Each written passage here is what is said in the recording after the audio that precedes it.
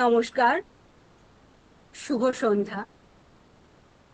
উপস্থিত সকল বিদ্বজ্জনকে মোদক ট্রেনার একাডেমির পক্ষ থেকে আমি আন্তরিক শুভেচ্ছা ও আজকে উপস্থিত থাকার জন্য স্বাগত জানাচ্ছি। আজকে আমাদের যে আলোচ্য বিষয়, সেটা মুখ্যত বলা যেতে পারে যে এর আগে আরেকটা বক্তব্য স্যার রেখেছিলেন 3 সপ্তাহ আগে, 100 বছরের রক্তকরবী। আর আজকে স্যার যে বিষয়ে বলবেন সেটা হচ্ছে রবীন্দ্র নাটকের উপসংহার, রাজা অরূপরতন সাপমোচন। আমাদের মধ্যে আজকে যিনি উপস্থিত আছেন তিনি আমাদের একাডেমির advisory board member professor Manatosh Dasgupta মহাশয়। তিনি নিজেই একটা আক্ষরিক অর্থে আদ্যন্ত সেই প্রতিষ্ঠান।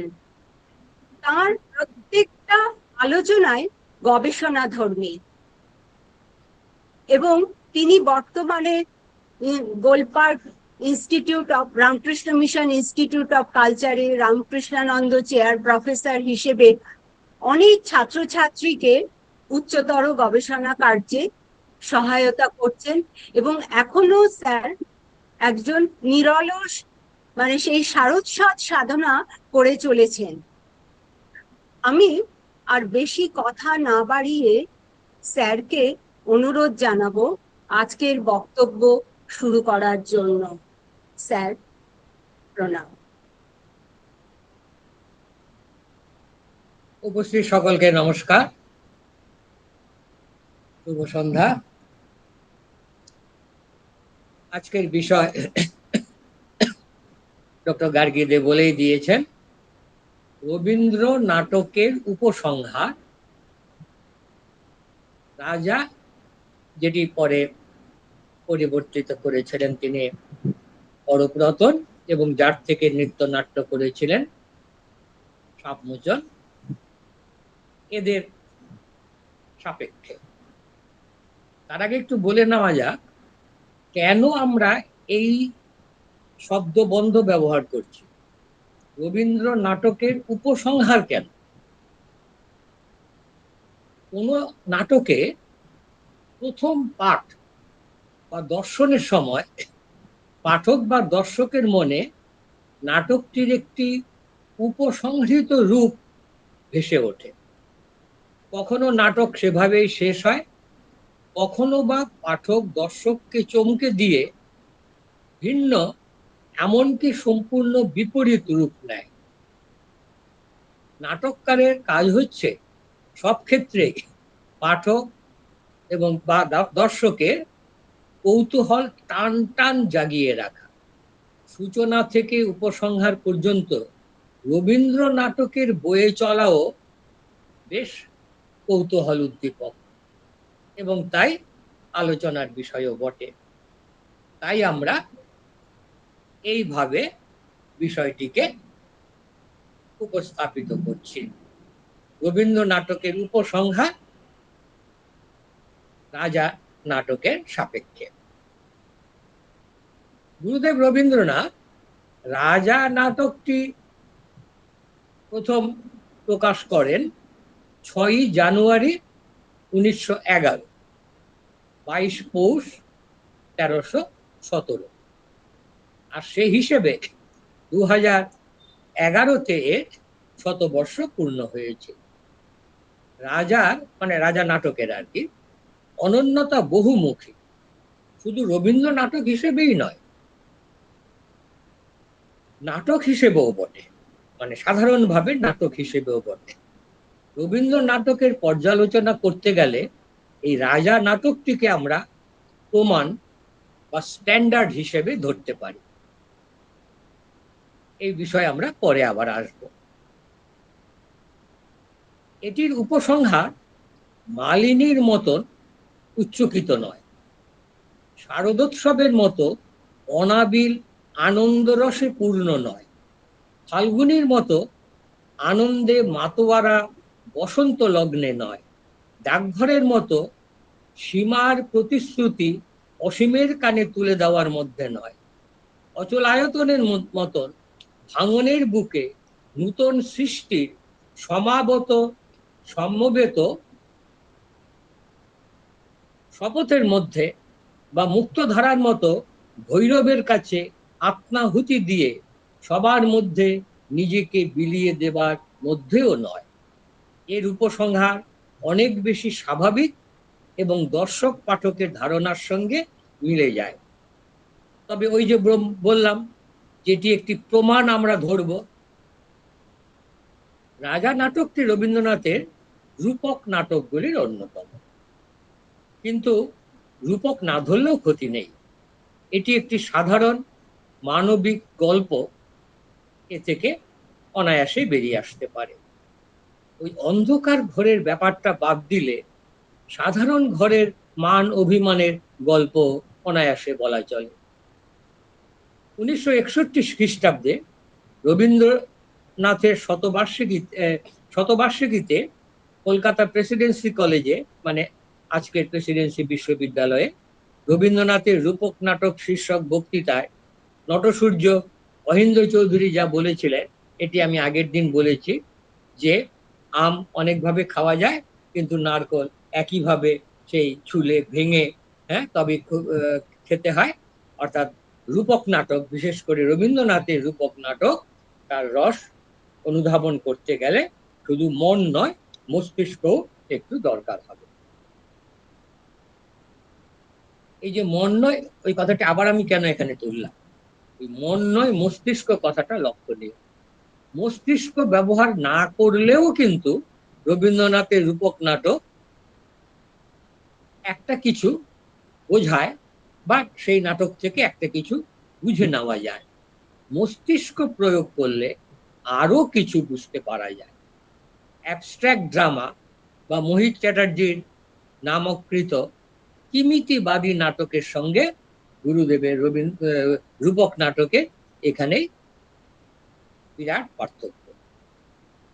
আমার নিজের একটি অভিজ্ঞতার কথা বলি, এবং সেটাই রাজা নাটক নিয়ে। বলে নেওয়া যাক, সংবর্ত নাট্যগোষ্ঠীর সদস্য হিসেবে দীর্ঘদিন আমি এই রাজা নাটকে একাধিক ভূমিকায় অভিনয় করেছি, প্রায় 2 দশক। কান্নকুব্জ রাজ, কাঞ্চি রাজ, কুম্ভ, এসব ভূমিকায়, কখনো একসাথে একাধিক ভূমিকাতেও অভিনয় করেছি। সংবর্তর মঞ্চায়িত রাজা নাটকের শেষের দৃশ্যে আছে রানী সুদর্শনা অন্ধকার ঘরে রাজাকে বলে, যাবার আগে আমার অন্ধকারের প্রভুকে, আমার নিষ্ঠুরকে, আমার ভয়ানককে প্রণাম করে নি। তারপর সব চরিত্র হাতে হাত রেখে সারিবদ্ধভাবে বিশেষ ছন্দে বেরিয়ে যাবে। এর আগে একটি দৃশ্য ছিল, সেটি ওরই ছোট সংস্করণ। ঠাকুরদা বলবে, ভোর হলো দিদি, ভোর হলো। আর সেই দৃশ্যে সুরঙ্গমা বলবে, ওই যে সূর্য উঠলো। মঞ্চে তখন 4 জন আছে, ঠাকুরদা, কাঞ্চিরাজ, সুরঙ্গমা আর সুদর্শনা। তারা উদিত সূর্যের দিকে তাকাবে। আমরা কলকাতায় রবীন্দ্র পক্ষে, রবীন্দ্র সদনে নাটকটি অভিনয় করছি। অবাক হয়ে দেখলাম, শেষ দৃশ্যের আগের দৃশ্যেই কয়েকজন দর্শন উঠে দাঁড়িয়েছে। একটু পরে অবশ্য ভুল বুঝতে পেরে বসে পড়লেন। অথচ এই নাটক আমরা করেছিলাম পুরুলিয়ায় সৃজন উৎসবে। রাস পূর্ণিমা উপলক্ষে এই মেলা আয়োজিত হয়, চলে কয়েকদিন ধরে। একটি ত্রিতল পাহাড়ে একেবারে ওপর তলায় মঞ্চ বেঁধে নাটক হচ্ছে। আমাদের নিচের ধাপে হিমেল হাওয়ায় বসে আছেন কয়েক হাজার দর্শক, তারা তথাকথিত অনভিজাত। একেবারে পিছনে ও পাশে দাঁড়িয়ে আছেন অনেকে। নাটক শেষ হওয়ার আগে একজন দর্শকও কিন্তু একটুও নড়েননি। অর্থাৎ ওরা বুঝে নিয়েছিলেন যে রাজা ও রানীর মিলন না হলে নাটক শেষ হবে না। অর্থাৎ সাধারণভাবে একটি গল্প কিন্তু বেরিয়ে আসছে। রাজা নাটকটি সম্বন্ধে রবীন্দ্রনাথের খুবই দুর্বলতা ছিল সেই রচনার সময় থেকে।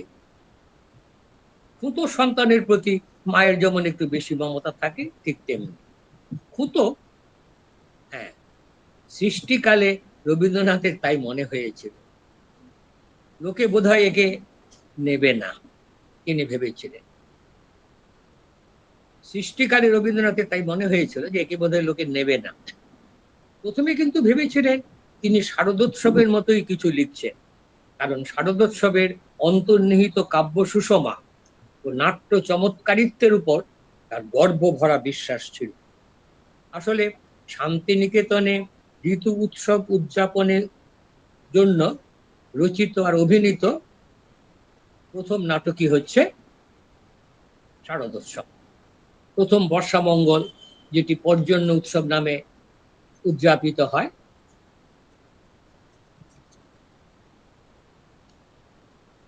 1315 সালে বিধুশেখর শাস্ত্রী কীর্তিমোহন সেনের প্রয়াসে গুরুদেব উৎসবে থাকলেও উৎসবের প্রস্তুতিতে থাকলেও তিনি উৎসবের সময় উপস্থিত থাকতে পারেননি। কাজেই শারদোৎসব সেই দিক থেকে তার ঋতু পর্যায়ে শান্তিনিকেতনে প্রথম নাট্যাভিনয়। তাই তিনি বলছেন, উদ্ধৃতি, শারদোৎসব থেকে আরম্ভ করে ফাল্গুনী পর্যন্ত যতগুলি নাটক লিখেছি, যখন বিশেষ করে মন দিয়ে দেখি তখন দেখতে পাই প্রত্যেকের ভিতরকার ধোঁয়াটা এই একই। আত্মপরিচয়ে লিখছেন তিনি। রবীন্দ্রনাথ এখানে 1315 থেকে 1322 এই সময়কালের কথাটা বলছেন। এই যে ধুয়োর কথা বলছেন, সেটা কি? প্রভাত কুমার মুখোপাধ্যায় বলছেন সেটা হলো চড়ই বেতি, নিজের আবেষ্টনী ভেদ করে বাইরে বেরিয়ে আসা। রাজা নাটকে কে বাইরে বেরিয়ে এলো? আপনারা অনেকে সবাই রাজা নাটক পড়েছেন বা দেখেছেন। কে বাইরে বেরিয়ে এলো? রাজা না রানী সুদর্শন? লক্ষ্য করলে দেখা যাবে সবকটি চরিত্রই নিজের চারিদিকের সংকীর্ণতার খোলসটিকে চূর্ণ করে বাইরে বেরিয়ে এসেছে। সুদর্শন এবং রাজা তো বটেই, কাঞ্চিরাজ, এমনকি কুম্ভ, শম্ভু, সুধনরা পর্যন্ত ভিতরে ও বাইরের পার্থক্যটা, বা ভিতরে ভিতরে থেকে বাইরে এবং বাইরে থেকে ভিতরে অনায়াসে যাতায়াতের অভিজ্ঞতা, আনন্দ, তার বোধ ছিল এই দুটি চরিত্রে। কোন দুটি চরিত্র? রাজা আর ঠাকুরদা। যারা রাজাকে কোনোদিন, কাজেই রাজার বাইরে বেরিয়ে আসা সেভাবে মানে ঠিক মানুষের মনে অতটা ঔৎসুক্য জাগায় না। কেননা রাজার তো বাইরে বেরিয়ে আসার প্রশ্ন নেই, কিন্তু অন্যভাবে আছে। কিরকম না, যারা রাজাকে কোনোদিন দেখেনি তাদের মনে হচ্ছে রাজা এবার বাইরে বেরিয়ে এলো। কারণ রাজা নিজে বাইরে বেরিয়ে আসছে না, চরিত্রটার কথা বলছি না, রাজা এই যদি আমরা ধরি, রাজা মানুষটা ধরা যায়, সে কিন্তু বাইরে বেরিয়ে আসছে না, চরিত্রটা সেটা বাইরে বেরিয়ে আসছে। কিন্তু অন্যভাবে যে রাজাকে যারা কোনোদিন দেখেননি তাদের মনে হচ্ছে যে রাজা এবার বাইরে বেরিয়ে এল। নাটকের একেবারে শেষের আগের সংলাপে রাজা বলছে সুদর্শনাকে, আজ এই অন্ধকার ঘরের দ্বার একেবারে খুলে দিলাম। এখানকার লীলা শেষ হলো, এবার আমার সঙ্গে এসো, বাইরে চলে এসো, আলোয়। লক্ষ্য করার বিষয়, দরজা খোলায় বাইরের আলো ভেতরে এলো না, বাইরের আলোতে অন্ধকার বেরিয়ে এলো। এখানেই রাজা নাটকের অনন্যতা। ওই যে আগে বলেছি, পাঠক দর্শক প্রথম থেকেই উপসংহারটুকু বুঝে যান, রাজা রানীর মিলন ঘটবে, অন্ধকার ঘরে অন্ধকার বিলুপ্ত হবে, আলো অন্ধকারে ঘটবে কোলাকুলি। আর এই জন্যই এই জানাটাকে বেশি মাত্রায় কৌতূহলী করে তোলে পাঠক বা দর্শককে। কোন পথে কেমন করে তা ঘটবে, নাটককারের সাফল্য এখানেই। আর গুরুদেব এখানেই নাটককার হিসেবে চূড়ান্ত ভাবে সফল। রাজা নাটকের আখ্যান গুরুদেব সংগ্রহ করেছিলেন কুশ জাতকের কাহিনী থেকে, রাজেন্দ্রলাল মিত্র সম্পাদিত সংস্কৃত বুদ্ধিস্ট লিটারেচার বইটি থেকে। সেখানে গল্পটি যেভাবে দেওয়া আছে সেটি হচ্ছে এরকম: বারাণসী রাজ সুবন্ধুর শয়ন গৃহে অনেকগুলি আখের গাছ জন্মালো। এর একটি থেকে জন্ম নিল সুবন্ধুর পুত্র ইক্ষ্বাকু।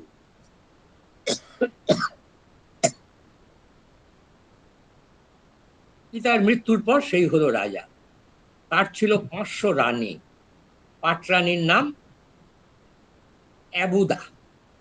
ইন্দ্র তাকে বটিকা দিয়েছিলেন গর্ভ সঞ্চারের জন্য। অ্যাবুদা বটিকা জলে গুলে ওই দ্রবণের অল্প একটু নিজে খেয়ে বাকি অন্যদের মধ্যে বেটে দিলেন। প্রত্যেকেরই একটি করে ছেলে হল, কিন্তু অ্যাবুদার ছেলেটি ছিল সবচেয়ে কুৎসিত। তার নাম হলো কুশ। অন্যদের নাম ইন্দ্রকুশ, দেবকুশ ইত্যাদি। অথচ কুশের দেহেই ছিল রাজ চক্রবর্তী হবার লক্ষ্য, তাই সেই হলো রাজা। তার সঙ্গে কান্যকুব্জ রাজের মেয়ে সুরসেনার বিয়ে হলো। স্বামী কুরুপ, তাই সে সহ্য করতে পারল না,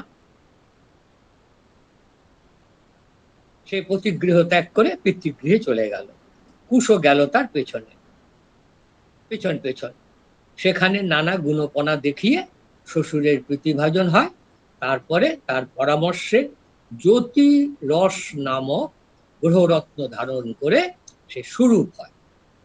তারপর হয় সুখের মিলন। বুদ্ধদেব নাকি ওই জন্মে ছিলেন কুশ, অর্থাৎ এটা জাতকের গল্প আর কি। কথিত আছে বুদ্ধত্ব পাওয়ার আগে বুদ্ধদেব, এটা অবশ্যই কষ্টকল্পিত, দুরকম কথা আছে। কেউ কেউ বলেন 500, 450 থেকে 500 বার বুদ্ধদেব জন্মগ্রহণ করেছেন। বিবেকানন্দও এই কথা বলেছেন। আরেকটা বৌদ্ধ গ্রন্থে আছে 10^31, 10^31, বুঝতে পারছেন? 10^31 একটা অসাধারণ সংখ্যা। বলা হয় যে একটি গ্রানাইট পাথরকে বা পাথরের মূর্তিকে রেশমি রুমাল দিয়ে রোজ যদি অন্তত শুধু পুছে দেওয়া, ঘষা নয়, পুছে দেওয়া যায়, তাহলে এই 10^31 অনেক আগেই ওই পাথরটি গুঁড়ো হয়ে যাবে। ফলে এতগুলি জন্ম পেরিয়ে আসা, এটা মানে পৃথিবীর বয়সের সঙ্গে মেলে না। ওই 450 থেকে 500 সেটি অবশ্য মিলতে পারে। যাই হোক, লক্ষণীয়, প্রতি জন্মে বোধিসত্ত্বকে অন্যের পীড়ন, দৈহিক বা মানসিক, সহ্য করতে হয়েছে। এ থেকে এই শিক্ষাই বেরিয়ে আসে যে দুঃখের সমুদ্র পার হতে গেলে দুঃখের কারণ অনুসন্ধান করতে হবে। দুঃখের কারণ খুঁজতে গেলে দুঃখের মোকাবেলা করতে হবে সাহসের সঙ্গে। দুঃখ যত গভীর হবে, কারণ খুঁজতে পেলে শান্তি নামে অন্তরের মধ্যে তত বেশি। দুঃখের সমুদ্র পার হয়ে শান্তির সন্ধান পেতে হলে সর্বাংশে সৎ থাকতে হবে। সৎ পথের সরণি বেয়েই বুদ্ধের বোধি ও নির্বাণ লাভ। মানুষের জীবনের দুঃখেরও তাই একটা বিশেষ ভূমিকা আছে। ওই যে রবীন্দ্রনাথের গান, দুঃখের বরসায় চক্ষের জল যেই নামলো, বক্ষের দরজায় বন্ধুর পথ সেই থামলো। রাজা নাটকে আমরা দেখব সুদর্শনার দুঃখের ঘরা পূর্ণ হতেই তার বোধোদয়, আর তাতেই মিলনের আনন্দ উপলব্ধির সুযোগ। রবীন্দ্রনাথ রাজেন্দ্রলাল মিত্রকৃত জাতকের গল্পে ইংরাজি সংকলন পড়েছিলেন। ঈশানচন্দ্র ঘোষের বাংলা সংকলনে পাই কুশকুমাররা দুই ভাই।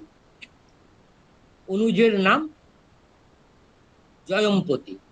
এই জয়ম্পতি দেখতে অতি রূপবান, কিন্তু গুণ ছিল না তার মোটেই। সে রাজা সেজে থাকত, আর কুরূপ কুশকুমারের সে ছিল সর্বক্ষণের অনুচর।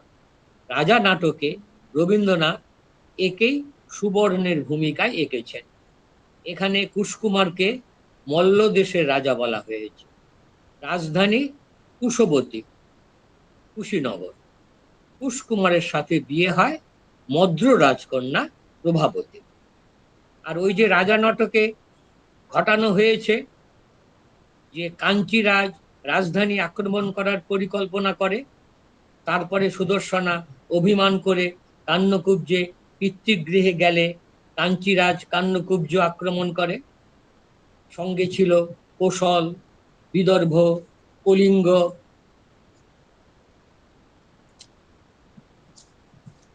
বিরাট দেশের রাজারা, জোর করে আয়োজন করা হয় স্বয়ম্বর সভায়। এই 5 জনের দেখা পাই, অথচ দ্বাদশ দৃশ্যে আছে সুদর্শনা। বলছে, যুদ্ধে কে কে যোগ দিয়েছে বলতো? সুরঙ্গমা। 7 জন রাজাই যোগ দিয়েছে, আর কেউ না। সুরঙ্গমা। সুবর্ণ যুদ্ধের পূর্বেই গোপনে পালাবার চেষ্টা করেছিল, কাঞ্চিরাজ তাকে শিবিরে বন্দি করে রেখেছে। তাহলে 5-7-এর তফাৎটা কেন এলো?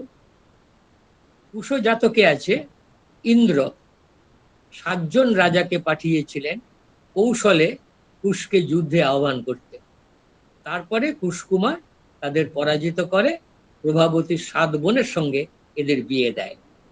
আর যে মণির স্পর্শে কুশকুমার রূপবান হয়ে ওঠে, তার নাম ছিল বিরোচন। রাজা এবং অরূপ রতনের চলতি সংস্করণে এসব কথা নেই, কিন্তু ইংরেজি অনুবাদ কিং অব দি ডার্ক চেম্বারে আছে কান্যকুব্জ রাজের কাছে এসে কাঞ্চিরাজ আর তার সহচর রাজারা সুদর্শনাকে দাবি করলে কান্যকুব্জ রাজ বিরক্ত হয়ে মেয়েকে বলছে, বাংলা অনুবাদে, তুমি হলে একজন, কিন্তু তোমার দাবিদার অনেক। অবন্তী, বিদর্ভ, কোশল এবং কলিঙ্গরাজ আমাকে পত্র মারফত জানিয়েছে তাদের সঙ্গে তাদের বিরাট সেনাবাহিনীও এসেছে। ও, তোকে যদি আমি 5 টুকরো করে কাটতে পারতাম তাদের দাবি মেটাবার জন্য।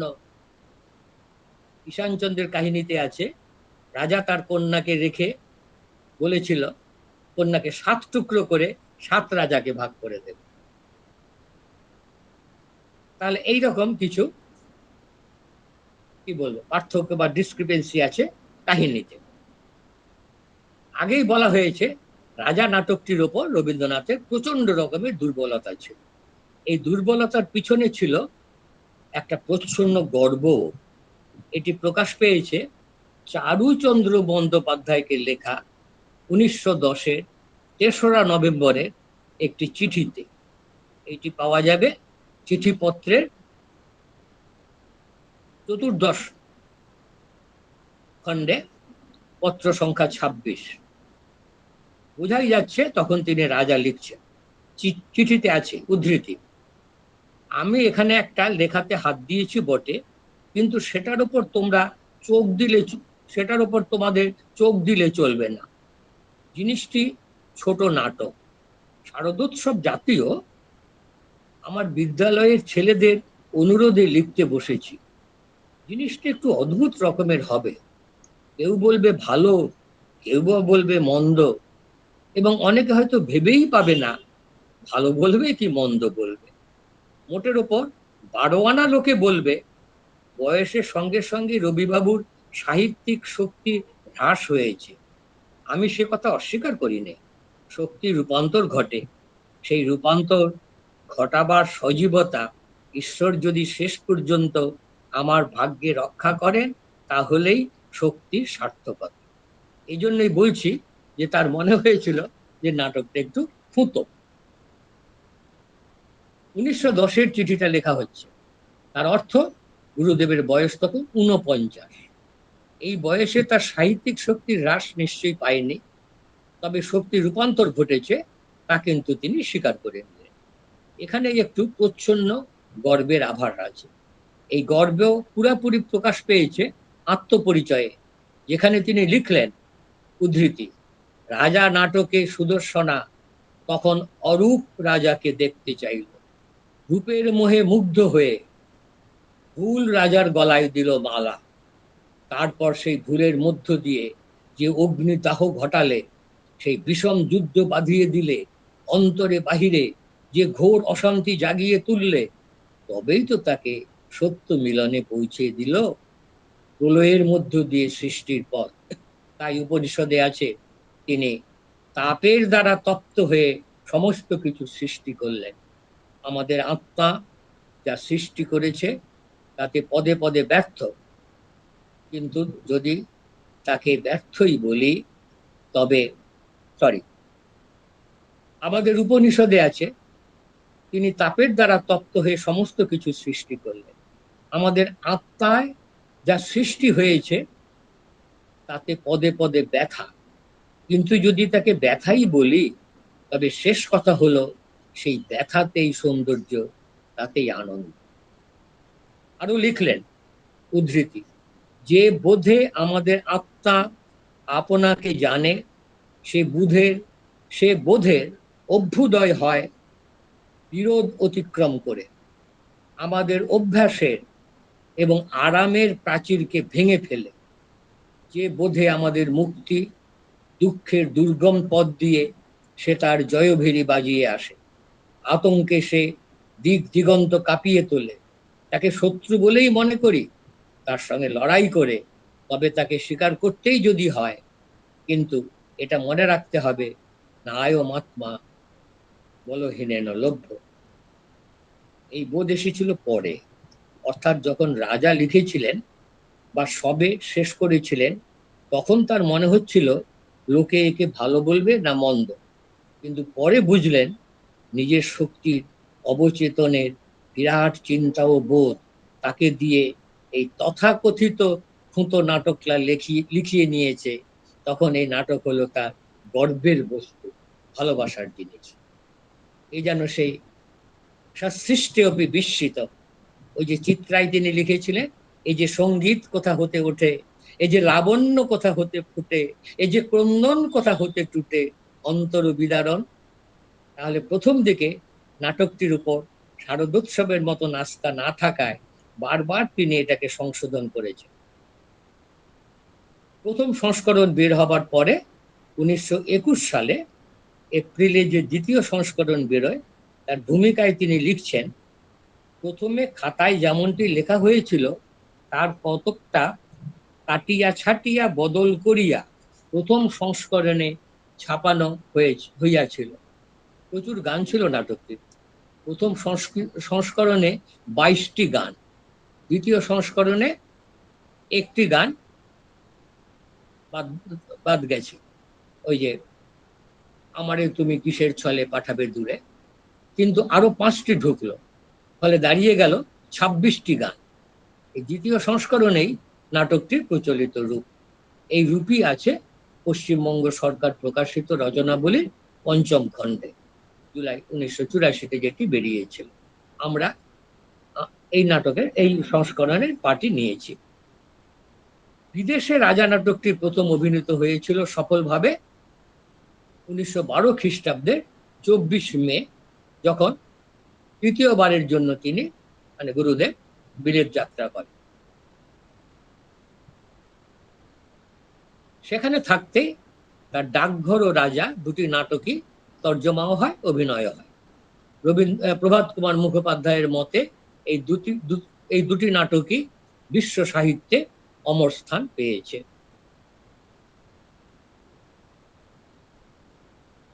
কিন্তু আমার একটা, আচ্ছা ওটা একটু পরে বলছি।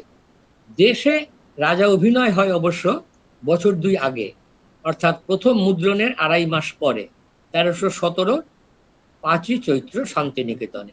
সুদর্শনা সেজেছিলেন সুধীরঞ্জন দাস, গুরুদেব স্বয়ং ছিলেন রাজার ভূমিকায়, আর ঠাকুরদা সেজেছিলেন দীনেন্দ্রনাথ ঠাকুর। দ্বিতীয় অভিনয় হয় 1318 25 বৈশাখ। এতে রবীন্দ্রনাথ রাজা ও ঠাকুরদা দুই ভূমিকাতেই অভিনয় করে সবাইকে মাতিয়ে দিয়েছিলেন। বিশেষ করে তার নাচ সবাইকে মুগ্ধ করেছিল। তখন তার বয়স 50 বছর। সুদর্শনার ভূমিকায় ছিলেন অসিত চক্রবর্তী, আর সুরঙ্গমার ভূমিকায় তার ভাই সুশীল চক্রবর্তী। দীনেন্দ্রনাথ পাগল সেজেছিলেন, সেটা কোন ভূমিকা বোঝা যায় না, কারণ এখন আমরা রাজার যেসব সংস্করণ পাই তাতে পাগলের কোনো ভূমিকা নেই। তবে নাটকটির অনুবাদ, ইংরেজি অনুবাদ হয়েছিল রবীন্দ্রনাথের অজান্তেই, পরে অনুমোদনের জন্য রাখা হয়, এবং কিছু গানে হাস্যকর অনুবাদ ছিল, বিশেষ করে ওই অন্তমিল রাখার জন্য, সেগুলো তার ভালো লাগেনি। এখানে যেটা বলছিলাম, আমার একটা ভালো না লাগা জিনিস আছে। এই ইংরেজি নাটকটির নাম দেওয়া হলো the king of the dark chamber. আর রবীন্দ্রনাথ সেটা মেনে নিলেন। কেন মেনে নিলেন? রাজার রাজা, তাকে তো king of the dark chamber বলা যায় না। রাজার রাজা হচ্ছে king in the dark chamber, কেননা সে নিজেকে ইন দি ডার্ক চেম্বার রেখেছে। আর যদি king of the dark chamber বলি, তাহলে সে তো হচ্ছে রক্তকরবীর রাজা। যাই হোক, এটা আমার ধারণার কথা, শুধু বললাম। আরেকটা বিশেষ কথা আছে। রবীন্দ্রনাথ লিখেছেন, রবীন্দ্রনাথ লিখেছিলেন যে লেডি ম্যাকবেথ মানব চরিত্রের উচ্চাশা রূপায়ণ। এটা বোধহয় ঠিক নয়।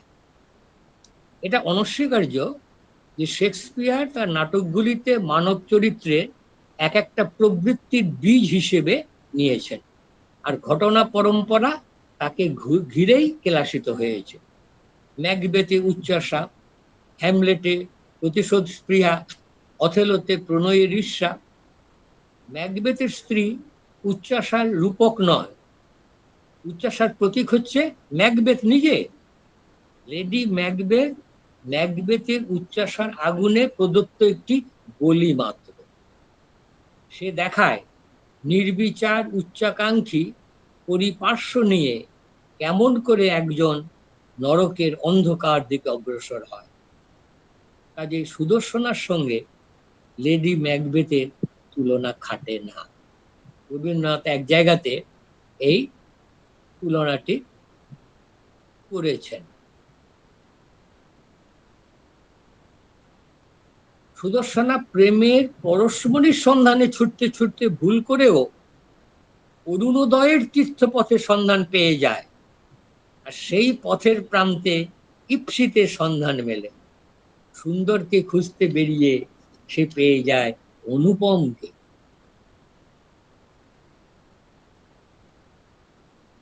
যাই হোক, যা বলছিলাম এবার, যে রাজার যে রাজা, সে নিজেকে অন্ধকারে রাখে কেন? অন্ধকারে রাখে কেননা গভীর অন্ধকারেই সে প্রেমাস্পদের প্রেমের পাত্র হয়ে থাকতে পারে। অন্ধকারকে সে ভালোবাসে কারণ অন্ধকার তার বাইরের কুরূপকে প্রেমাস্পদের কাছে প্রকাশ করে না, প্রেমাস্পদের কাছ থেকে তাকে লুকিয়ে রাখে। আর রক্তকরবীর রাজা অন্ধকারকে ভালোবাসে কেননা সে আলোকে ভয় পায়। রাজার রাজা অন্ধকার থেকে কিন্তু সব দেখতে পায় প্রেমাস্পদকে এমন ভাবে যেন অন্ধকার তার আনন্দের টানে ঘুরতে ঘুরতে কত নক্ষত্রের আলো টেনে নিয়ে এক একটা জায়গায় রূপ ধরে দাঁড়িয়েছে। তার মধ্যে কত যুগের ধ্যান, কত আকাশের আবেগ, কত ঋতুর উপহার। সেই জন্যই বলছিলাম যে রাজাকে বলা উচিত king in the dark chamber, king of the dark chamber নয়।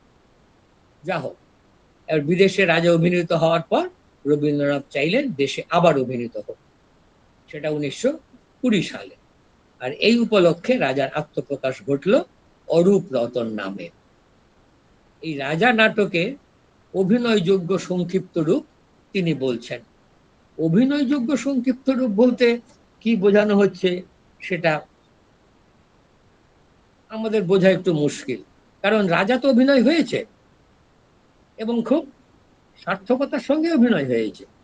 তাহলে অরূপ রতনকে অভিনয়যোগ্য রূপ বললেন কেন?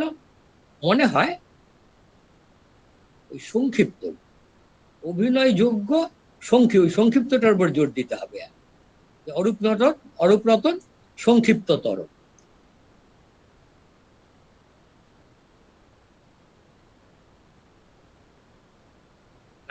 রানু অধিকারীকে তিনি লিখছেন, রাজা নাটকটিকে তিনি প্রায় আগাগোড়া নতুন করে লিখেছেন। অরূপ রতনের দ্বিতীয় সংস্করণ বের হয় 16 বছর পরে 1342-এ। পশ্চিমবঙ্গ সরকারের 1985 সংস্করণের ষষ্ঠ খণ্ডে এই শেষোক্ত সংস্করণের পাঠ রয়েছে। আমরা এটাকেই অনুসরণ করেছি। অরূপ রতনের প্রথম সংস্করণে গান ছিল 39টি, পরে অবশ্য হয়েছিল 23টি। কাজেই সংক্ষিপ্ততর এটিও কিন্তু ঠিক বলা যাবে না। তার মানে বলা যেতে পারে যে রাজা নাটকটি তার মনে নানানভাবে দোলায়িত হচ্ছিল, ফলে তিনি নিজের আবেগেই অরূপ রতন লিখলেন।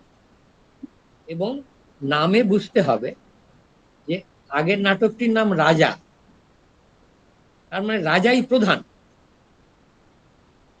জুলিয়াস সিজারের যেমন, সিজারই হচ্ছে প্রধান, এমনকি সিজার মারা যাওয়ার পরেও 1/3 পরেই তো সিজার মারা গেল, কিন্তু গোটা নাটকটি সিজার নিয়ন্ত্রণ করছে।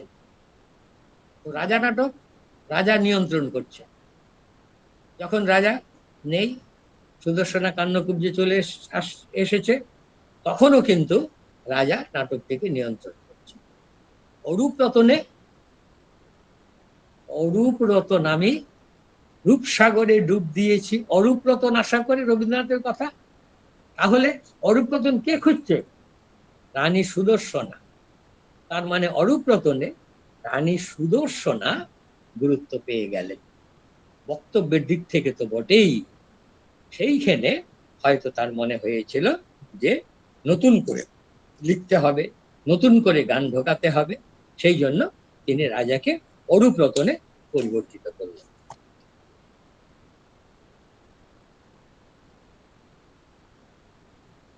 তো যাই হোক, সে অরূপ রতন অভিনীত হয়েছে, কিন্তু অনেক সময় তিনি অরূপ রতনের অভিনয় করছেন, কিন্তু লোককে অনেক সময় বলছে যে রাজা অভিনয়ের আয়োজন করতে সময় লাগলো, বা এই ধরনের আর কি চিঠিতে লিখছেন বা বলছেন। অর্থাৎ মনের মধ্যে আবার রয়ে গেছে সেই রাজার কথা, কিন্তু অরূপ রতন এই নামে অভিনীত হচ্ছে। অভিনয় সম্বন্ধে মোটামুটি সন্তুষ্ট ছিলেন তিনি। একটি চিঠিতে তিনি লিখছেন, অভিনয়ে সুধীরঞ্জন দাস সেজেছিল রানী, বেশ ভালো করে তাকে সাজানো হয়েছিল, অন্তত চেহারাটা সকলের ভালো লেগেছিল, আর অভিনয়ও মন্দ হয়নি, মোটের ওপর লোকেদের ভালোই লেগেছে, তবে আরো ভালো হওয়া উচিত ছিল।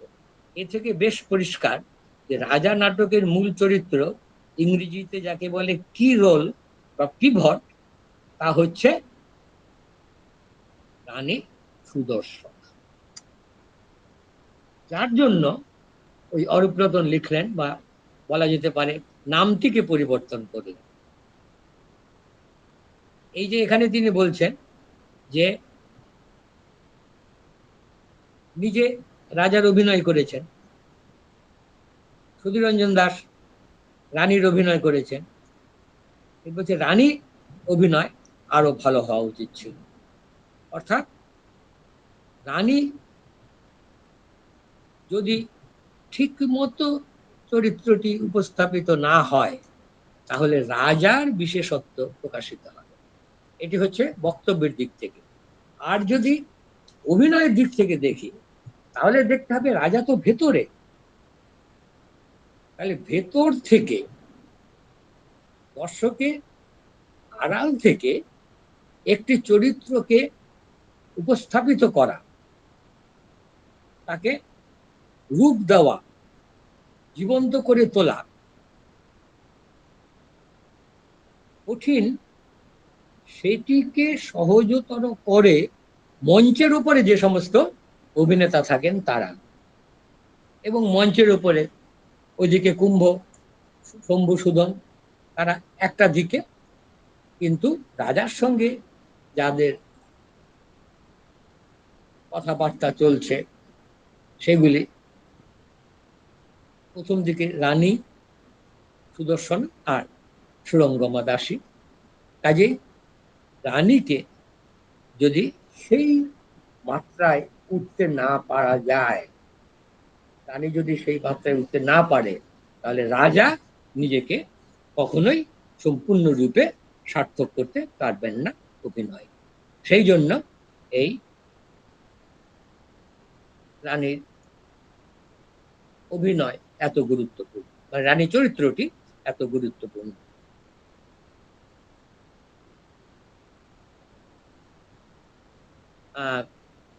তবে রাজার যখন প্রথম অভিনয় হয় এবং প্রস্তুতি হয়, তখন প্রতিমা দেবী শান্তিনিকেতনে ছিলেন, কারণ আগের বছর 29শে জানুয়ারি তার বিয়ে হয়েছে, মানে প্রতিমা দেবী রথীন্দ্রনাথের আর কি। শান্তিনিকেতনের সমস্ত উৎসব অনুষ্ঠানে, উপস্থাপনায় তার পরামর্শ সহযোগিতার উপর রবীন্দ্রনাথ অনেকটাই নির্ভরশীল ছিলেন। শৈলজারঞ্জন মজুমদারের কথায়, রবীন্দ্রোত্তর কালে শান্তিনিকেতনে নটির পূজা, অরূপরতন ডাকঘর অভিনয়ে প্রতিমা দেবীর পরিচালন কালে আমার সুযোগ হয়েছিল তার সঙ্গে একযোগে কাজ করা। তার মানে ধরেই নিতে পারি আমরা যে প্রতিমা দেবীর নাট্য দক্ষতা রবীন্দ্রনাথের সান্নিধ্যে এসে ক্ষুণ্ণ হয়ে উঠেছিল। শুধু যে অভিনয় তাই নয়, মানে পরিচালনাই তাই নয়, অভিনয়, রূপসজ্জা, মঞ্চসজ্জা, নৃত্যকলা, এইসব ব্যাপারেও তার দক্ষতা জন্মেছিল। এবং তার চিন্তা ভাবনা গুরুদেবের সস্নেহ প্রশ্রয় পেত, এতটাই মৌলিকত্ব অর্জন করেছিলেন তিনি যে তার প্রভাব গুরুদেবও মেনে নিয়েছিলেন।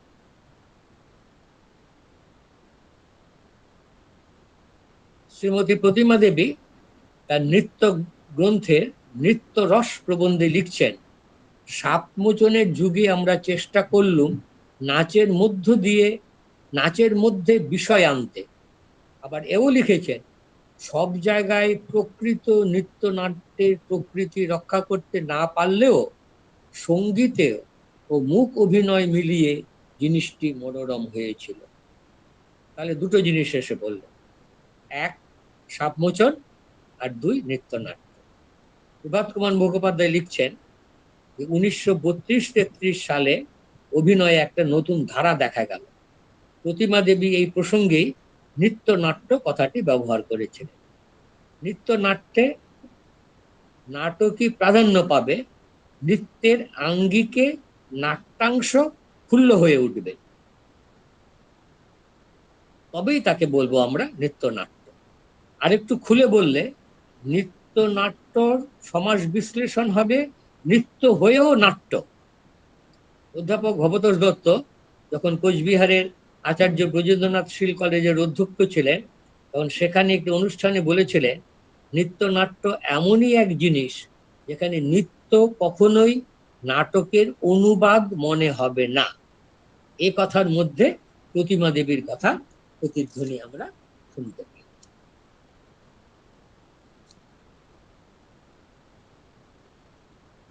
সাপমোচন কথাটা এলো কেন? আমরা তো রাজা নাটকের আলোচনা করতে গেছি। এর কারণ হলো সাপমোচন রাজা বা অরূপ নাটক রতনেরই নৃত্য গীতি আলেখ্য রূপ। এটি প্রকাশিত হয় 15 পৌষ 1338, মঞ্চায়িত হয় 15 ও 16 পৌষ 1338, 31 ডিসেম্বর ও 1 জানুয়ারি। গুরুদেব বোধহয় সাপমোচনকে একটি মৌলিক সৃষ্টির মর্যাদা দিতেই চেয়েছিলেন, কেননা বিশ্বভারতীর রচনাবলিতে সাপমোচনের ভূমিকায় লেখা হয়েছিল, উদ্ধৃতি, যে বৌদ্ধ আখ্যান অবলম্বন করে রাজা নাটক রচিত তারই আভাসে সাপমোচন কথিকাটি রচনা করা হলো। এর গানগুলি পূর্ব রচিত নানা গীতি নাটিকা হতে সংকলিত। এখানে একটি কথা পরিষ্কার, রবীন্দ্রনাথ একে নৃত্যনাট্য হিসেবে দাবি করেননি, নাটিকাও বলেননি, বলেছিলেন কথিকা। 2, এর গানগুলি এবং রাজা ও অরূপরতনের গানগুলি অভিন্ন নয়।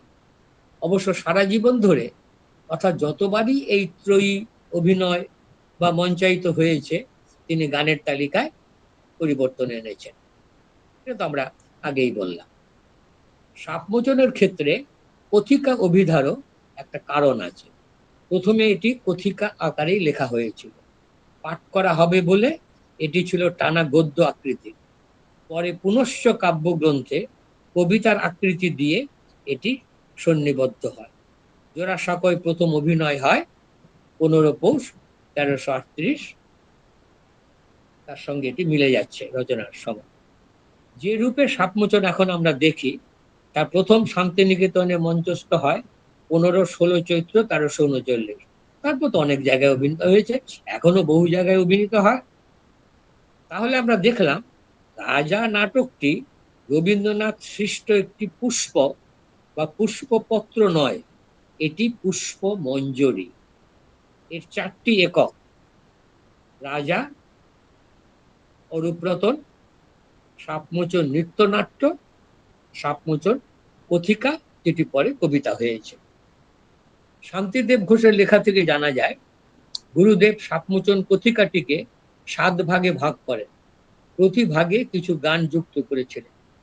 এটি হলো সাপমোচন গীতি আলেখ্য তথা নৃত্য গীতি আলেখ্য। উপলক্ষটা কি?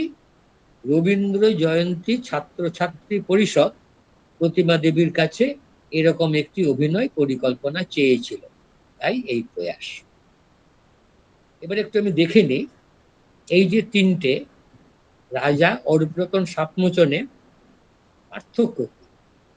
এই চরিত্রগুলো ধরে ধরে একটু পার্থক্য দেখা যেতে পারে। কাঞ্চিরাজ, রাজায় নাম ছিল না, অরূপরতনে তার নাম বিক্রম বাহু, সাপমোচনে তার কোনো উল্লেখ নেই। অবন্তীরাজ, রাজার নাম ছিল না, অরূপরতনে রঘু সেন, সাপমোচনে উল্লেখ নেই। কোশল রাজ, রাজার নাম ছিল না, অরূপরতনে বিজয় বর্মা, সাপমোচনে উল্লেখ নেই। কলিঙ্গরাজ, নাম ছিল না, অরূপরতনে উল্লেখ নেই, সাপমোচনে উল্লেখ নেই। বিদর্ভরাজ, রাজাতেও নাম ছিল না, অরূপরতনে উল্লেখ নেই, সাপমোচনে উল্লেখ নেই। রানীর নাম, রাজাতে সুদর্শনা, অরূপরতনে সুদর্শনা, সাপমোচনে কমলিকা। রানীর পরিচয়, কান্নকুব্জের রাজকন্যা, অরূপরতনে, রাজাতে কান্নকুব্জের রাজকন্যা, অরূপরতনে কান্তিকের রাজকন্যা, সাপমোচনে মদ্র দেশের রাজকন্যা। রাজার নাম, রাজায় কোনো নাম ছিল না, অরূপরতনেও নাম নেই, সাপমোচনে অরুণেশ্বর।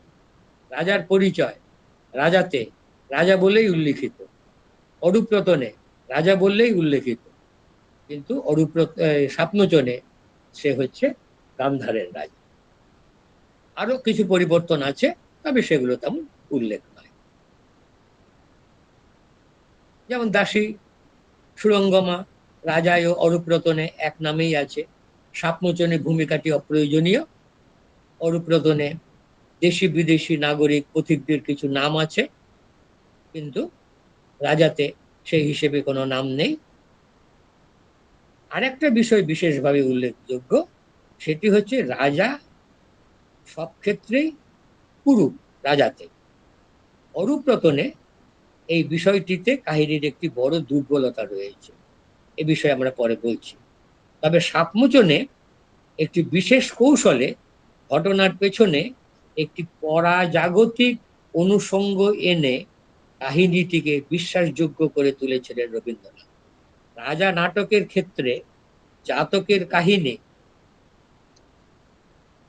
নাটকের মধ্যে অনুল্লিখিত থাকায় সেখানে প্রধান পাত্র পাত্রী মাটির মানুষ হয়ে উঠেছে। তফাৎ শুধু এই যে তারা অভিজাত সম্প্রদায়, কিন্তু অধরা রাজার প্রতি ও সম্বন্ধে সাধারণ নাগরিকদের চর্চা ও আচরণ অভিজাত অনভিজাত ভেদ ঘুচিয়ে দিয়েছে। মাচান থেকে ঠাকুরদা কাজটাকে সহজতর করে দিয়েছে।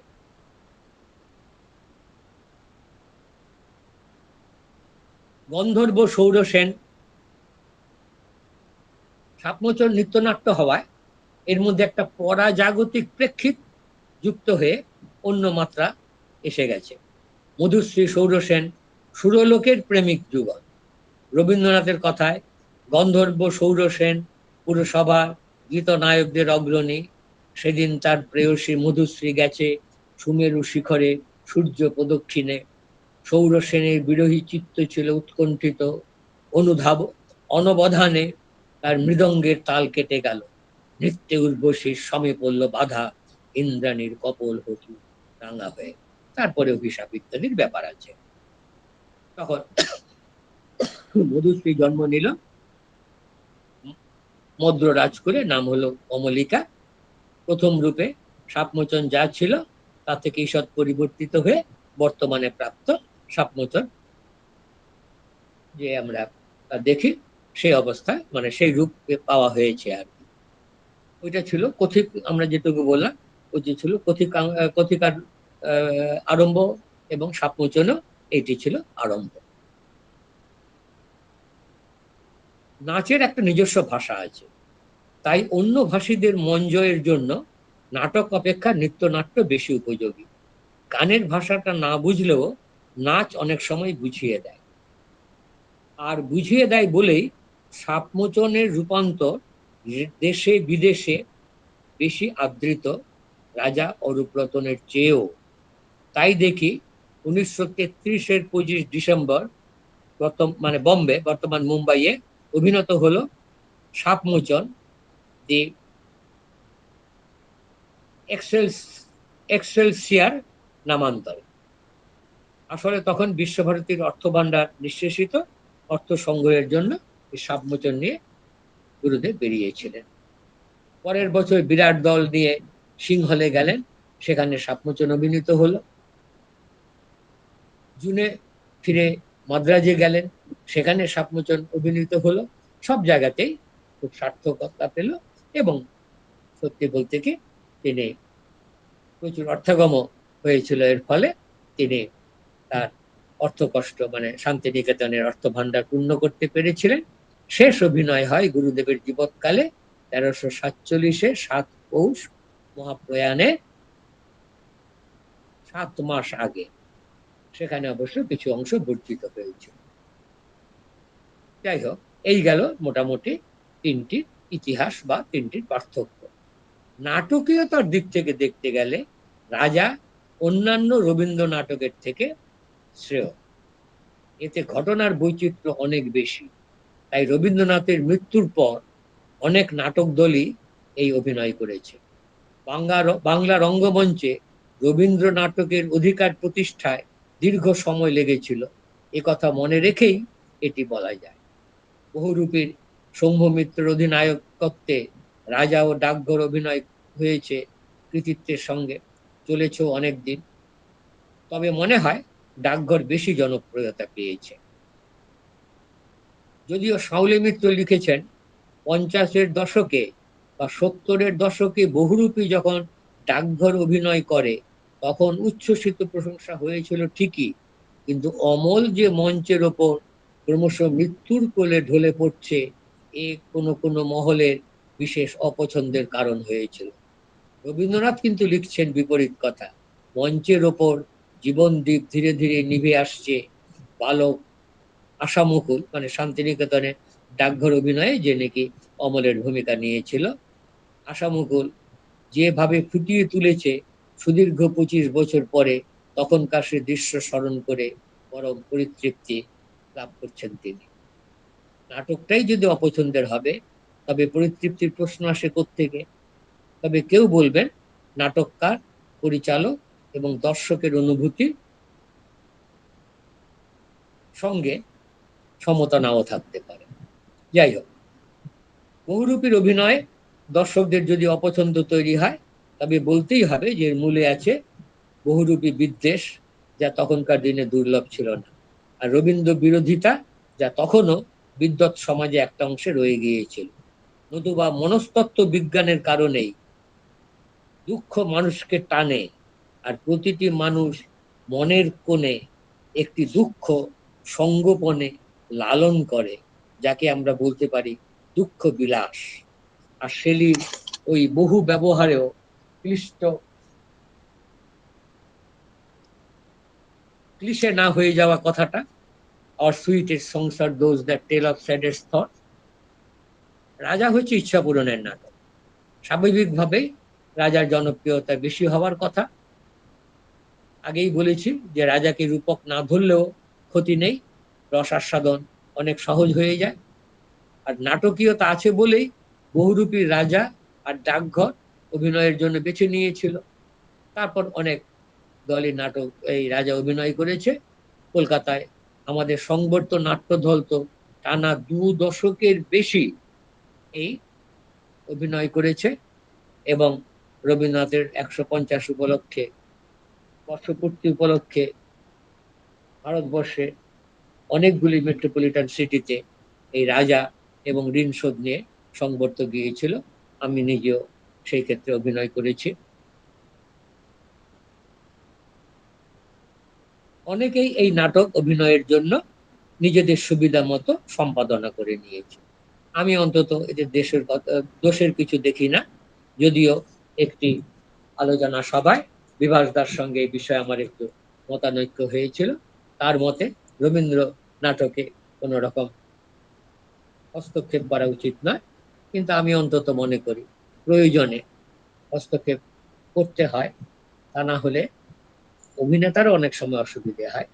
তার একটা বড় উদাহরণ হচ্ছে লং প্লেইং রেকর্ডে রাধামোহন ভট্টাচার্য যে চিরকুমার সভা অভিনয় করেছিলেন, তার যে লং প্লেইং রেকর্ডের রূপ, সেখানে দেখা যাবে যে কতটা তারা স্বাধীনতা দিয়েছিল।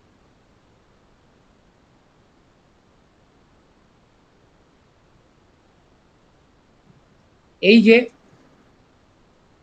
ত্রয়ী রূপ, সাপমোচন, অরূপরতন আর রাজা, এদের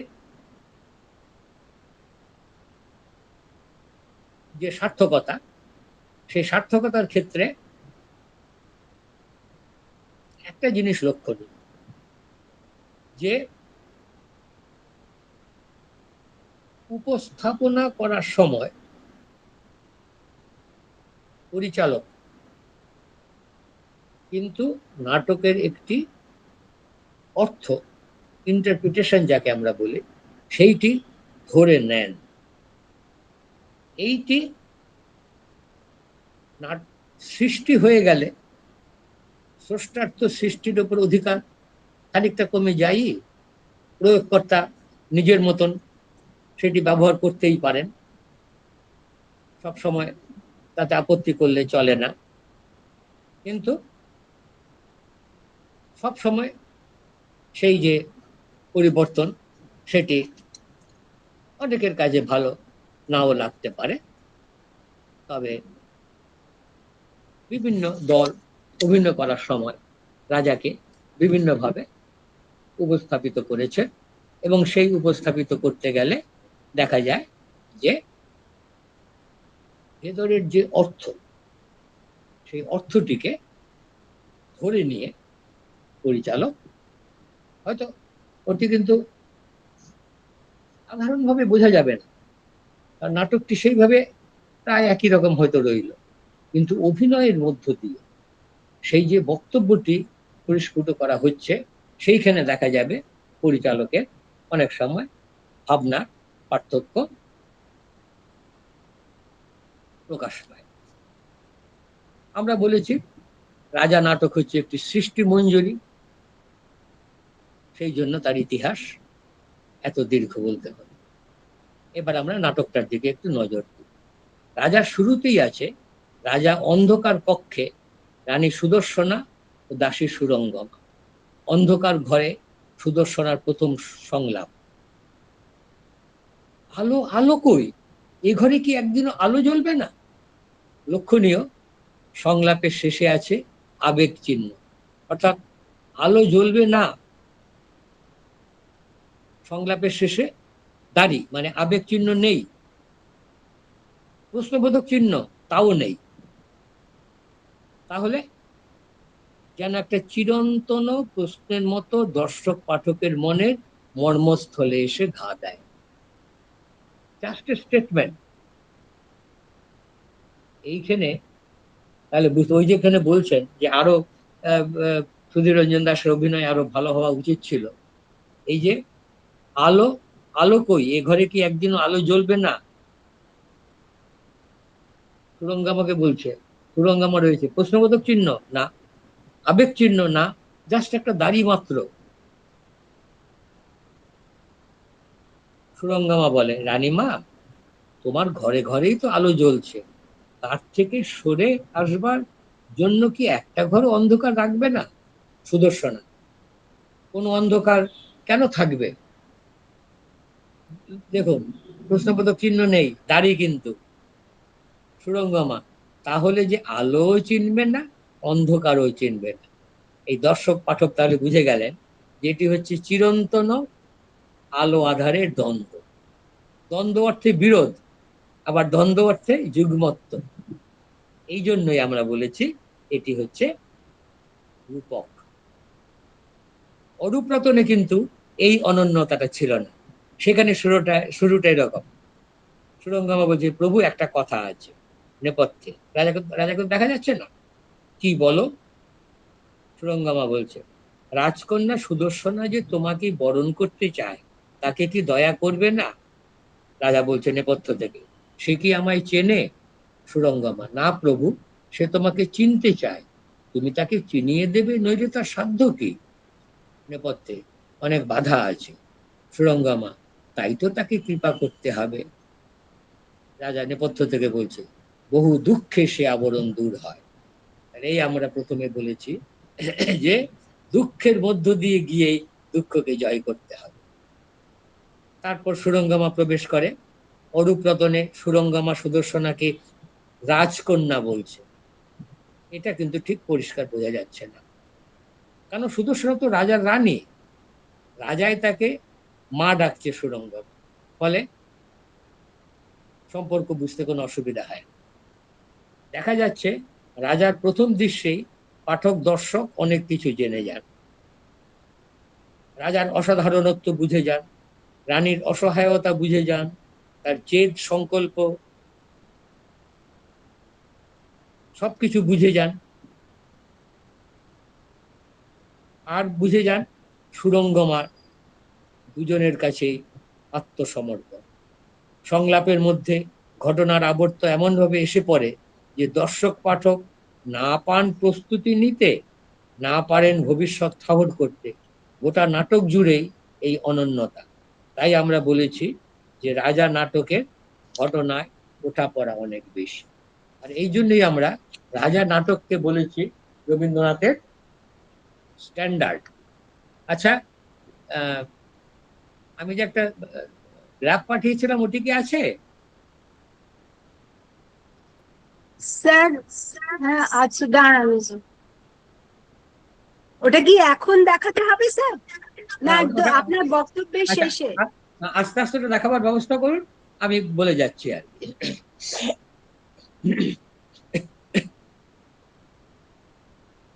রাজার আরো অনন্যতা এই যে রানী সুদর্শনা মঞ্চে কাহিনীর চলন কিলক মানে পিভট রূপে কাজ করলেও নাটকটি আদ্যপান্ত্র নিয়ন্ত্রিত হচ্ছে নেপথ্যচারী রাজার দ্বারা। ওই আবার সেই শেক্সপিয়ারের জুলিয়াস সিজারের সঙ্গে তুলনা চলে আসে। মঞ্চে কিন্তু দেখা যাচ্ছে রানী, এ কথা আমরা আগে ডিটেলস বলেছি যে রাজা রানী কখন কে প্রধান হয়ে উঠছে। কাহিনী এগিয়ে চলে। রাজা কথা দেন যে রানীকে বসন্ত পূর্ণিমার উৎসবে দেখা দেবেন। রানী বলে আমি চিনবো কি করে? বলছেন বারবার সকল দিক থেকেই দেখা দেব, তবে এও বলে দেয় তোমাকে কিন্তু নিজে চিনে নিতে হবে, কেউ তোমাকে বলে দেবে না। তার আগে রানী কল্পনায় রাজার একটা সুন্দর রূপ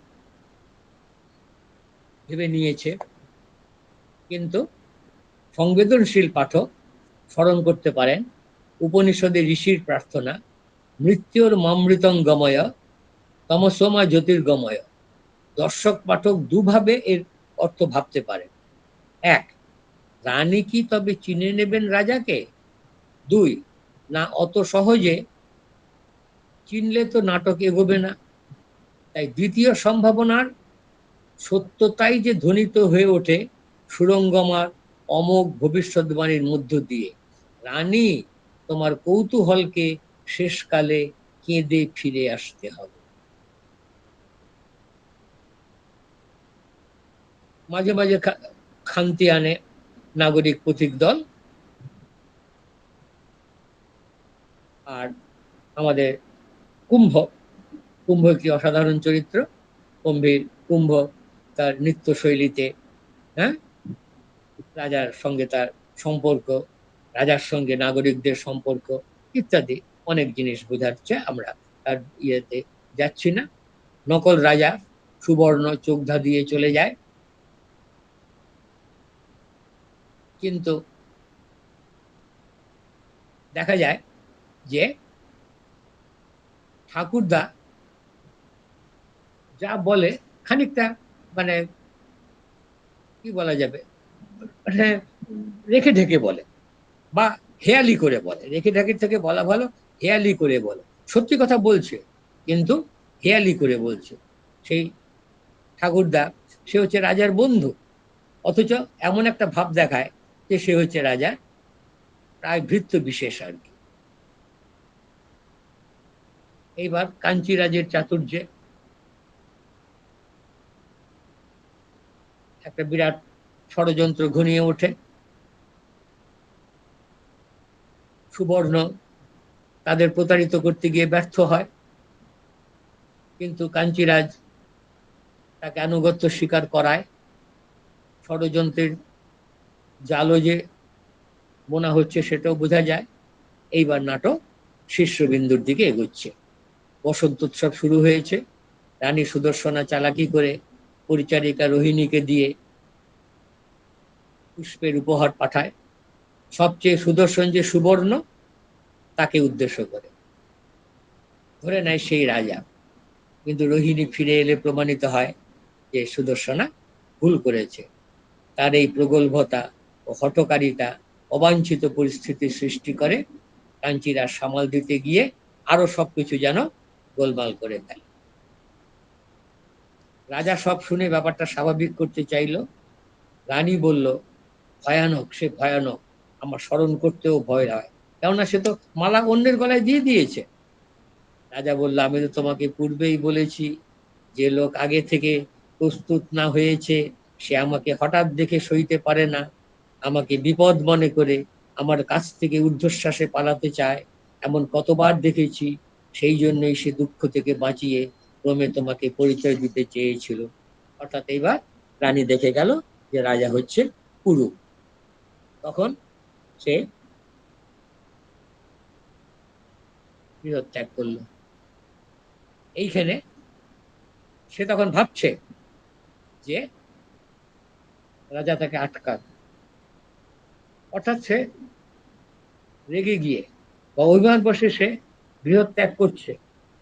পুরুপ রাজাকে গ্রহণ করতে পারছে না, কিন্তু রাজার এই একেবারে সম্পূর্ণ যেন একটা উৎসাহের অভাব, এটিও সে সহ্য করতে পারছে না। তখন সে বলছে, তুমি আমাকে আটকাতে পারতে, কিন্তু আটকালে না। রাজা বললেন, তুমি চলে যাও, তোমাকে আমি আটকাবো না। ফলে সুদর্শনা তার পিতৃগৃহে চলে যায়। এখন দর্শক এবং পাঠক তারা ঘটনাতে এমনই বুঁদ হয়েছিলেন, তারা এবার বুঝতে পারছেন না যে কোন পথে সমাধান হবে। নিজেদের ঘটনার স্রোতের অনুকূলে ছেড়ে দিয়ে তারা নিশ্চিন্ত হন যে ঠিক আছে, দেখাই যাক না কি হয়। এখানেই নাটককার হিসেবে রবীন্দ্রনাথের একটা অসাধারণত্ব, যে একেবারে সবার কৌতূহল তিনি টান টান করে রেখেছেন। রাজাকে না পেয়ে বিদেশি রাজারা ক্ষিপ্ত হয়ে ষড়যন্ত্রে মেতে ওঠে। রানীকে চায় তারা। প্রথমে চেয়েছিল শুধু দেখতে, তারপর অন্য ধান্দায় মেতে মেতে ওঠে। কাঞ্চিরাজ ষড়যন্ত্র করে সুবর্ণর সঙ্গে, গর্ভোদ্যানে অর্থাৎ রানীর প্রাসাদ দালানে আগুন ধরিয়ে দেয়। আগুনের তাণ্ডবের মধ্যে সুদর্শন এসে পড়েছিল কাঞ্চিরাজ ও সুবর্ণর মাঝখানে। সুবর্ণর পরিচয় তখন প্রকাশ পেয়ে গিয়েছিল। সেই অন্ধকার ঘরে রাজা রানীর সাক্ষাৎ হয়েছিল। রানী তখন মর্মভরে পীড়িতা, কিন্তু রাজা তো তাকে আটকাচ্ছেন না এত কিছুর পরেও। ফলে রানী সেখান থেকে পিতৃগৃহের উদ্দেশ্যে রওনা হয়ে গিয়েছিল। এইবার তো কান্নকুব্জে এসে পৌঁছলো। যখন ওদিকে ওই রাজারা পৌঁছেছে, তখন স্বয়ম্বর সভা ডাকতে বলে। সেই স্বয়ম্বর সভাতে দূত পাঠান রাজা, যে যুদ্ধক্ষেত্রে তোমাদের সঙ্গে দেখা হবে। তারপরে তো ঘটনা এই যে সেই বিরাট যুদ্ধ হয়।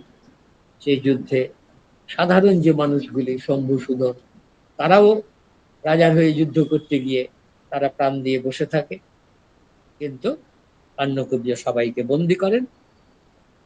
এই রাজা সবাইকে বন্দি করেন। তারপরে সবাইকে মুক্তি দেন, কিন্তু কাঞ্চিরাজকে সবাই তার বশ্যতা স্বীকার করে। কাঞ্চিরাজকে তিনি ছেড়ে দেন,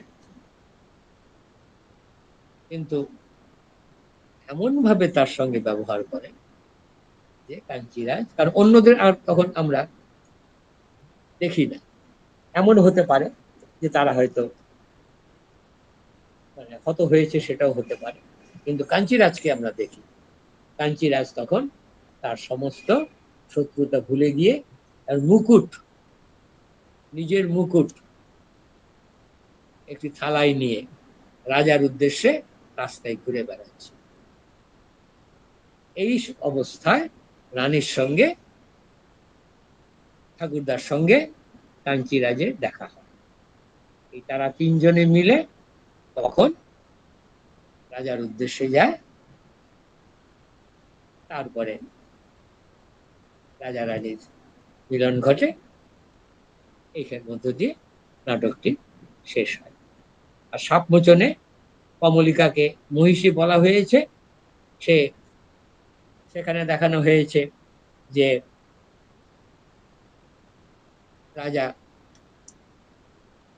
বেরিয়ে গেছেন প্রাসাদ থেকে, নির্জন স্থানে তিনি বীণা বাজাচ্ছেন। সেই বীণা শুনে অন্ধকার রাতে মহিষীর হঠাৎ নিজের মনকে তিনি চিনতে পারেন। তিনি প্রদীপ নিয়ে রাজার সকাশে যান। সেখানে তাদের মিলন হয়।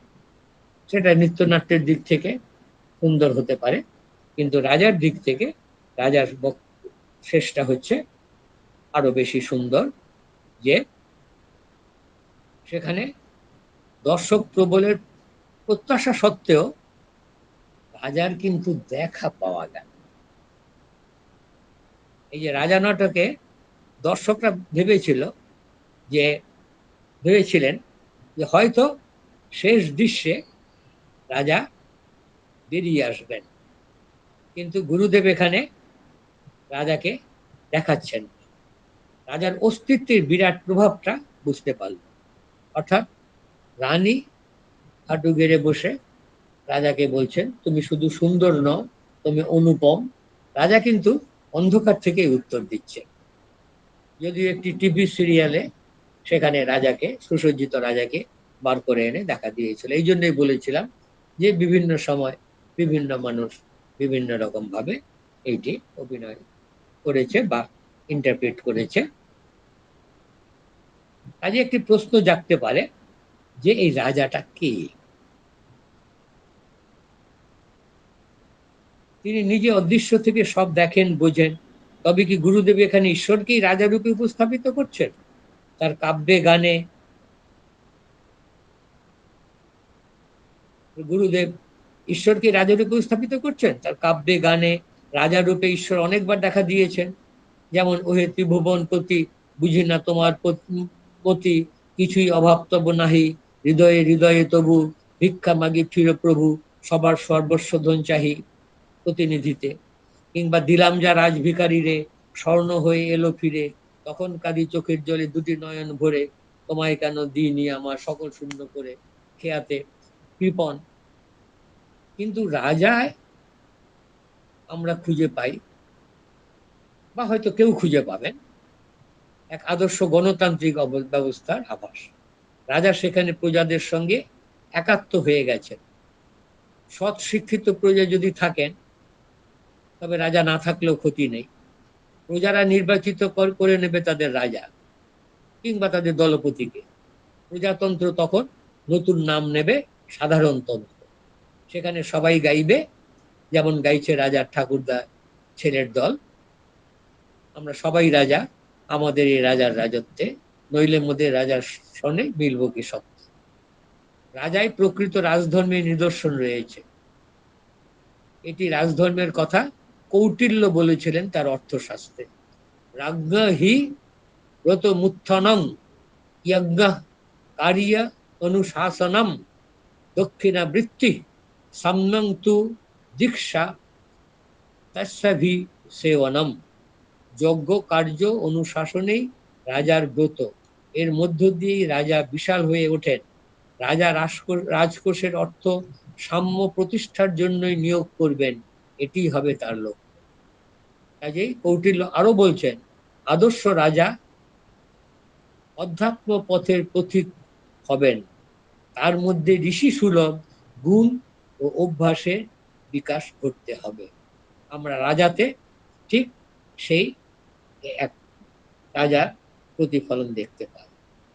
আমরা দেখতে পাই world bank group world development report 2015-তে, সেখানে সেই রিপোর্টে ছিল একটু অংশ, individuals are not calculating autonomous, rather people are malleable and emotional actors whose decision making is influenced by contextual clues, local social network and social norms.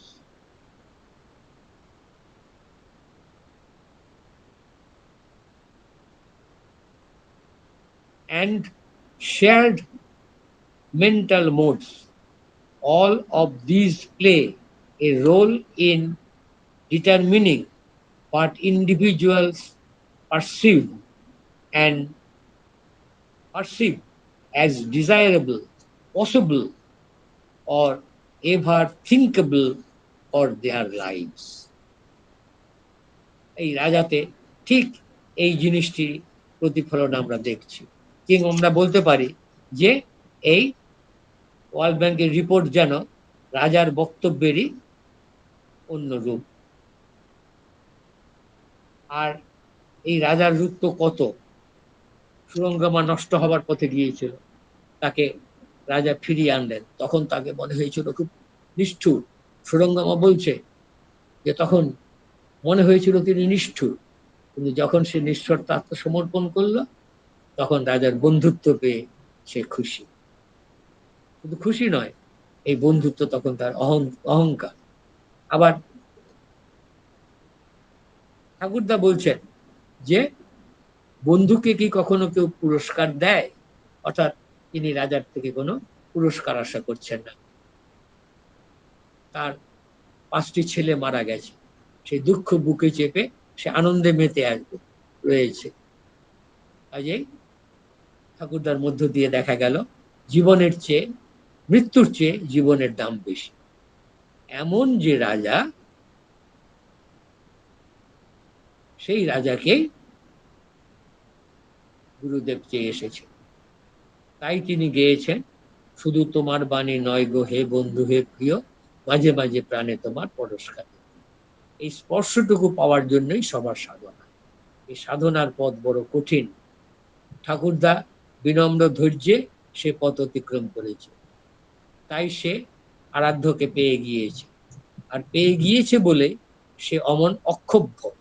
মহাভারতের বিদুর যেমন বলেছিল, মানস সরোবরের মতো। তাই তো সে সুদর্শনা, কাঞ্চিরাজ সবাইকে নিয়ে স্থির বিশ্বাসে চলেছে রাজার উদ্দেশ্যে, সবাইকে ভরসা দিচ্ছে, সকলে মিলে আজ ধূসর হয়ে প্রভুর কাছে যাব। আর সুদর্শনা অস্থির হয়েছিল সবচেয়ে বেশি, অধৈর্য হয়েছিল সবচেয়ে বেশি, তাই কষ্ট পেয়েছিল সবচেয়ে বেশি, আর তাই প্রাপ্তির আনন্দ তারই হয়েছে সবচেয়ে বেশি।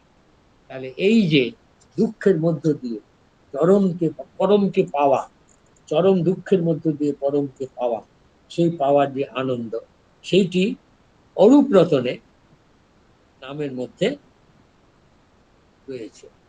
যে আমি রূপসাগরের ডুব দিয়েছি অরূপ রতনের সাগর। রাজাতে রানী বুঝেছে যে তুমি সুন্দর নও, তুমি অনুপম। অর্থাৎ বাইরের সৌন্দর্যটা বড় কথা নয়, আন্তর সৌন্দর্য বড় কথা, সেটাকে সে খুঁজে পেয়েছে। কাঞ্চিরাজ সমস্ত শত্রুতা ভুলে গিয়ে তার কাছে বশ্যতা স্বীকার করে তার বন্ধুত্ব অর্জনের মধ্য দিয়ে নিজেকে চিনেছে, তার সমস্ত শত্রুতা বিলুপ্ত হয়েছে। আর রাজা যেন সবার মধ্য থেকে একটি অনুপম সত্তা। কিন্তু এইখানে আবার সেই রক্তকর্মীতে যা বলেছে যে যদি সেই শেষ দৃশ্যটুকু না দেখা যেত, তাহলে পরে এক এক সময় মনে হতো যে রাজা বোধহয়, নাটক বোধহয় সেই অ্যাবস্ট্রাক্টের দিকে চলেছে। রাজা সত্যি সত্যি কেউ আছে কিনা সেটাও এক এক সময় বোধহয় সন্দেহ হতো। কিন্তু সুরঙ্গমার চরিত্রটি আর ঠাকুরদার চরিত্রটি রাজাকে মাটির মধ্যে ধরে রেখেছে, এবং মাটির মধ্যে ধরে রেখেছে বলেই কাঞ্চিরাজ এবং সুদর্শনা রাজাকে অত সুন্দর করে পরিপূর্ণ রূপে নিজেদের মধ্যে নিজেদের মতন করে তাকে পেয়েছে।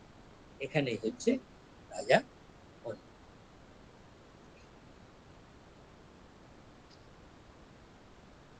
স্যার, ড্রাফটটা দেখানো হয়েছে, আপনি কি আরেকবার দেখানো হবে, আপনি কি ওটা নিয়ে কিছু বলবেন? গ্রাফটাকে দেখে দেখাতে পারবে? হ্যাঁ হ্যাঁ, প্রীতিলি।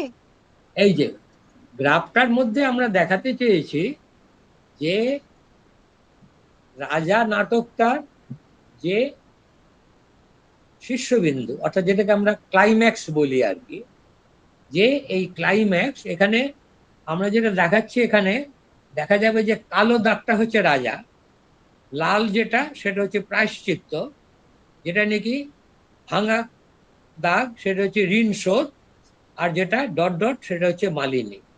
এখানে দেখা যাবে যে মালিনীতে শীর্ষবিন্দু কোথায় গিয়ে পৌঁছে গেছে।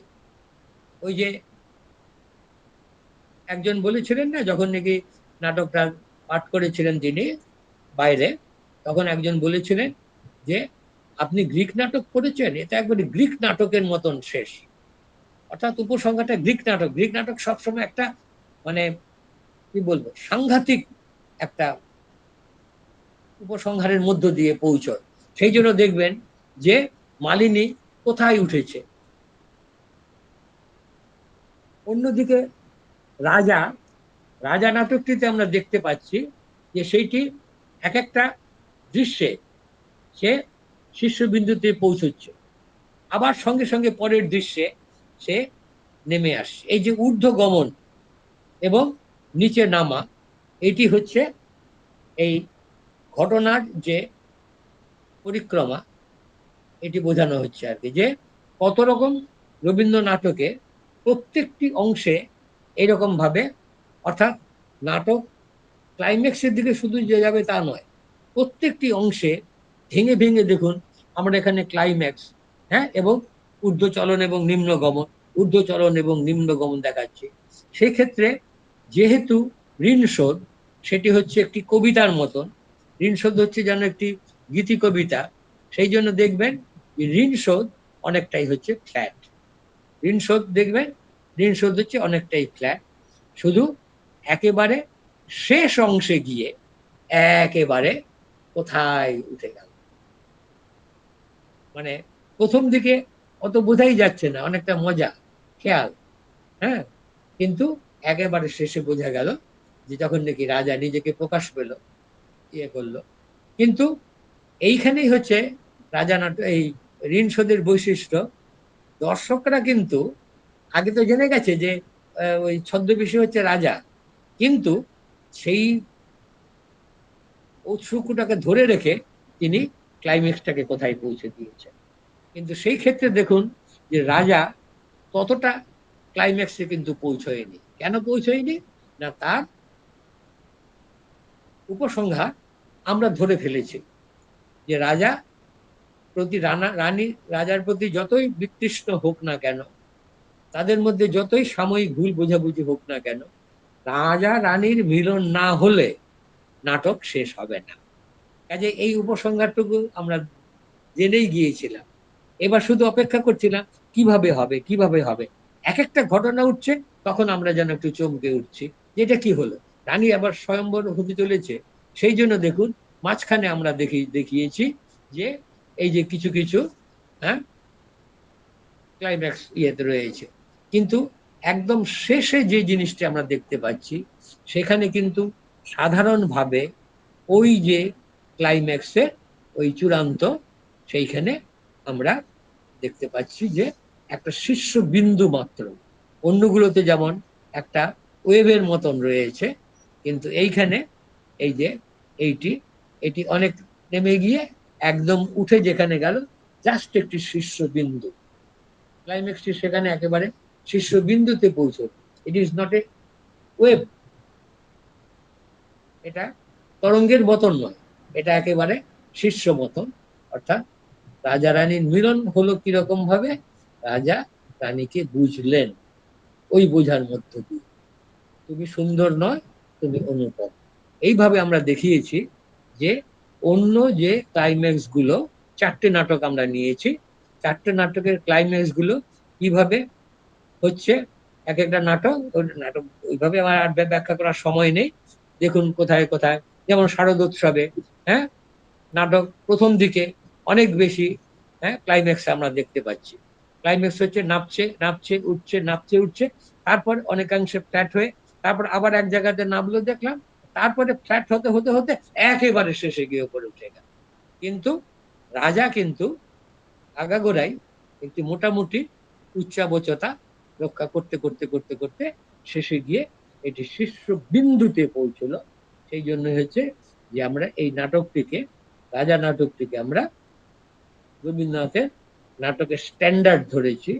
এই নাটকটিকে রেখে অন্য নাটকগুলোকে লেখচিত্রতে উপস্থাপিত করেছি তার মধ্যে। মানে এই যে ব্যাখ্যা, এই ব্যাখ্যা দিয়ে একটি মানে বক্তৃতা চলতে পারে যে আমরা কি বলতে কি বুঝছি, অর্থাৎ রবীন্দ্র নাটকের ক্লাইম্যাক্স বলতে কি বুঝছি। রবীন্দ্র নাটকের ক্লাইম্যাক্স, হ্যাঁ, একেবারে শেষ ইয়েতে। ক্লাইম্যাক্স মানে এখানে তো সায়েন্সের কেউ যদি থাকেন তারা দেখবেন যে ইনফ্রারেডের ক্ষেত্রে কিন্তু নিচের দিকে যে একেবারে যাকে আমরা বলি ট্রাফ, ট্রাফ যে সেটাকেও কিন্তু ক্লাইম্যাক্স ধরা হয়, হ্যাঁ। তো সেইখানে একেবারে উঁচুতে আসা, নিচুতে নামা, এইগুলো এই নাটকের মধ্যে থাকে।